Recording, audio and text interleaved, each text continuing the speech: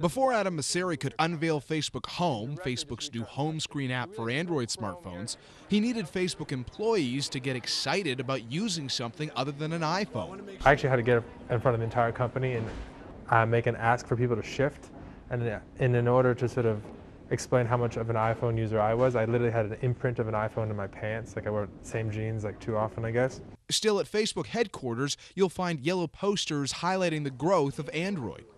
The posters you see around, which are essentially trying to encourage employees to get Android phones, because internally, more employees have iPhones than Androids. The Android push is happening for a reason. Research firm IDC says 69% of smartphones shipped worldwide last year use Android, more than 3.5 times the number of iPhones.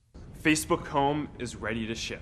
Home is Facebook's attempt to both better serve its Android users and to take advantage of what Android offers, the ability to tweak the experience on each phone, in this case with Facebook photos and status updates flowing past as soon as you turn on your device. The more we kind of studied and developed and delved into the Android platform, the more we discovered that there was a huge opportunity for us to do things that we couldn't necessarily do on iOS, but that could actually go and make the Facebook experience that much richer and deeper. Chatheads is one example, the ability to message friends without going in and out of a messaging app. We called it Chatheads because at the time it was just a name that we used to talk to each other about it. And then like in the span of a week, we were able to show it to Mark and showed it to a bunch of people and got everyone excited about it. And now that Home is available to Android users, Apple may be next.